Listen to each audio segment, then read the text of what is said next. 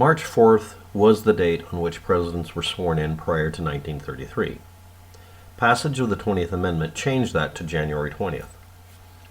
That's when Donald Trump, however, will be secretly sworn in as the 19th President of the United States, because sovereign citizen QAnon conspiracy theory truly devoted believers think in 1871 a secretly enacted law ended the American government, put in place by the Founding Fathers, and converted the U.S. into a corporation.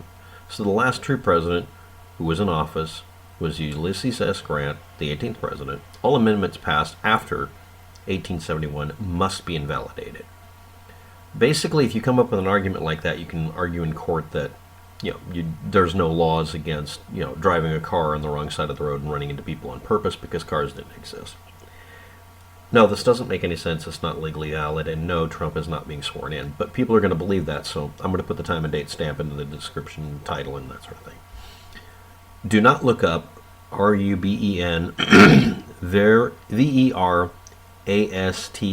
Verastigui, because Google will spell check correct his name, which you can't do, so you can't find out what he did and why he's associated with Trump. Don't look up his name.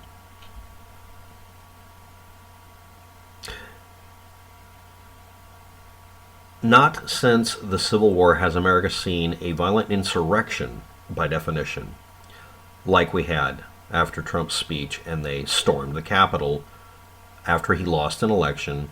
He lied about winning it, and they simply tried to prevent his own vice president from being legally forced, by the way the rules work, to acknowledge that he also lost his position. No peaceful transition of power, you have to keep fighting. By definition, this is actually an insurrection. Most people think that's a very minor word. No, it's the same thing as a coup d'etat. It's no different. It's really that bad. But it is literally what he did. That's how little you have to do, is to be the leader of a mob.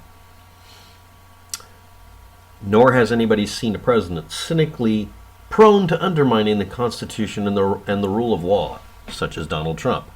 Now, people are going to make all sorts of hyperbolic arguments like that. And I'm going to point out something. I'm a Democrat. I'm part of the Democratic Party, yada, yada, yada.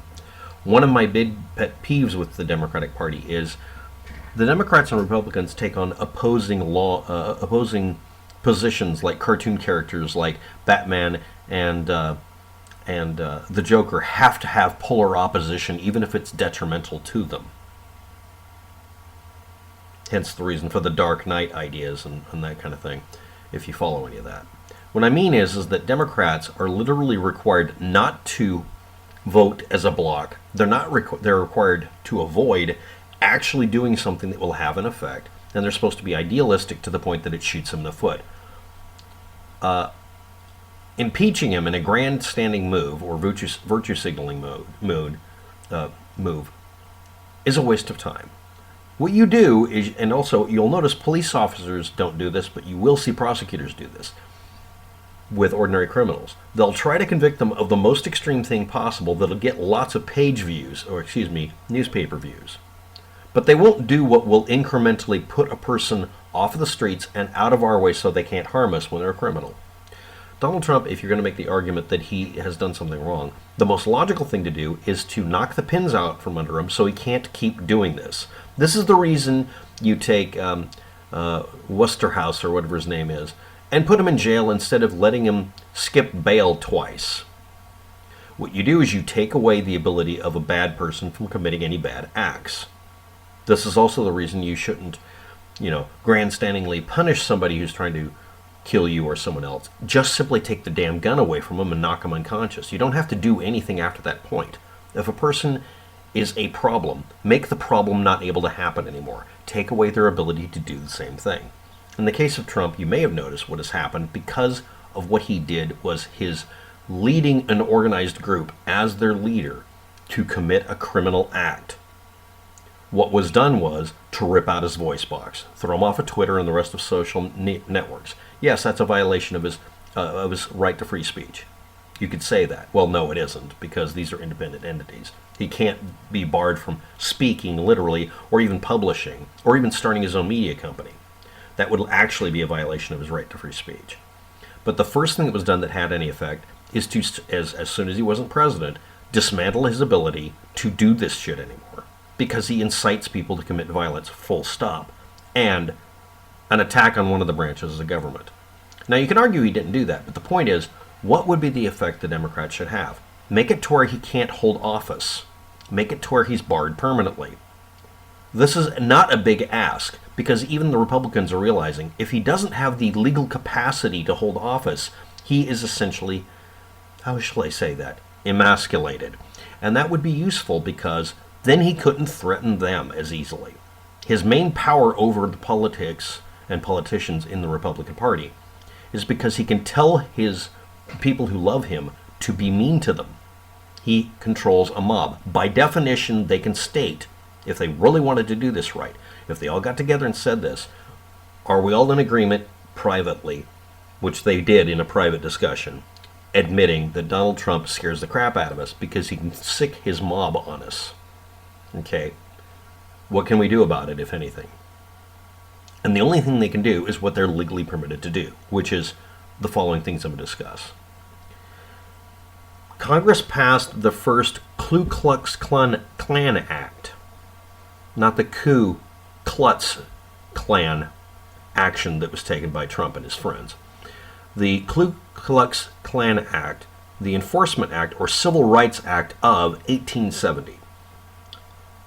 It made it a misdemeanor, therefore high crime's a misdemeanor, legally the ability to remove someone from office and make him ineligible, and allows the federal prosecutor to forcibly remove an offender from office for a misdemeanor, which has a very low bar of proof, based on Section 3 of the 14th Amendment. Now, this is a paraphrasing, but it's a legal paraphrasing they used.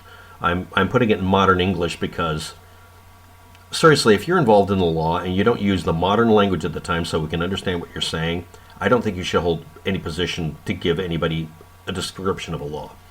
No one who has broken their oath to support the U.S. Constitution can hold any form of office for civil or military position in any state or any component of the U.S. government if they engaged in insurrection or rebellion or agitated for it or led the group that did it. The leadership is removed. You remove the head from the snake. Now, the reason I'm saying it that way is I'm paraphrasing all of the arguments made. Now, the reason for that is actually because of something simple. A little while later, 2 years later, they gave amnesty after conversations and negotiations, but only gave exemptions to the group that it was aimed at. Former Confederacy members who were overtly guilty as rebellion people of committing an act of insurrection. Now, this is kind of a dubious legal kind of thing, because you could say with that much people that the United States itself was divided at the time, and you could say for the Confederacy that they were en masse voting against the acts of the government. But instead of voting, they chose to try to take over the goddamn government. They weren't just separating, which a lot of you don't understand. They literally dead-ass attempted to overthrow the sitting government for the entire country at the time. That's not an argument. Of course it is. I'm making an argument, but you could say that. Donald Trump demanding that his mob, or inciting his mob, you can at least say he's inciting them, to go off and attempt to overthrow a current administration in one-third, the presidential part of it, the executive branch, overthrow one-third of the three components of the checks and balances government by attacking a second component of it is overtly an example of two-thirds of the U.S. government's actual sitting components that are considered the government. The rest of it, if they attack the U.S. Supreme Court building, that would literally be an attack on the entirety of the U.S. government. By doing that, that is, by definition, attacking more than half of the U.S. government as an entity, and it's all of it's contained within Washington, D.C., essentially. Not really, but you get the idea. I mean, they're not attacking individual states. They're not attacking a majority of states. It's not one half of the United States attacking the other. And in fact, you could look up the original number for the Confederacy and find out if it was a majority almost. The point is, and you can make all sorts of points about this, that was an act of rebellion, but it was also an insurrection by definition originally, and this was as well. It just happened to be such a small component set that if you attack it, you're guilty. And he is undoubtedly the leader of the group, and therefore the idea here is that former Confederacy members that were seniors in the organization were given, quote, an exemption that allowed them to run for office again, but only if they swore an oath. And the oath was to uphold the Constitution, and it also included a line about not doing insurrections in some cases. The last time it was invoked was the House of Representatives in 1919 did it against a member that had been voted in legitimately, but because the person was convicted under the Espionage Act and said things that made them sound that they wanted to overthrow the U.S. government. And more importantly, commie or socialist or whatever, which is something that a lot of Republicans have actually argued for. Anyone who would argue for even changing the system could be considered to be violating the meaning of this. That's something Republicans get behind, but they only want to invoke it against liberals, you notice. Well, the Democrats are allowed to do it as well. You can have the DOJ indict Trump for misdemeanor, because it's treated as a misdemeanor still, in the 1870 statute against former members of the Confederacy. That's what it's based on. You can have the Senate or Congress chamber to vote to preclude him from taking office, but only if he were successfully allowed to become a member of Congress. They can vote to exclude him, just like it happened before. Congress could just vote to acknowledge that he violated his oath and make it a matter of a legal acknowledgement and be done with it as a first step. But there's other steps that have to be done to go beyond that, because it's still a misdemeanor and it still requires you to do this convoluted process. And also, if you're not aware of it, rules that are in the U.S. Constitution don't take force until they're acknowledged by Congress and such. You have to actually apply it and let it be attacked, because it's not considered auto-executing or self-executing.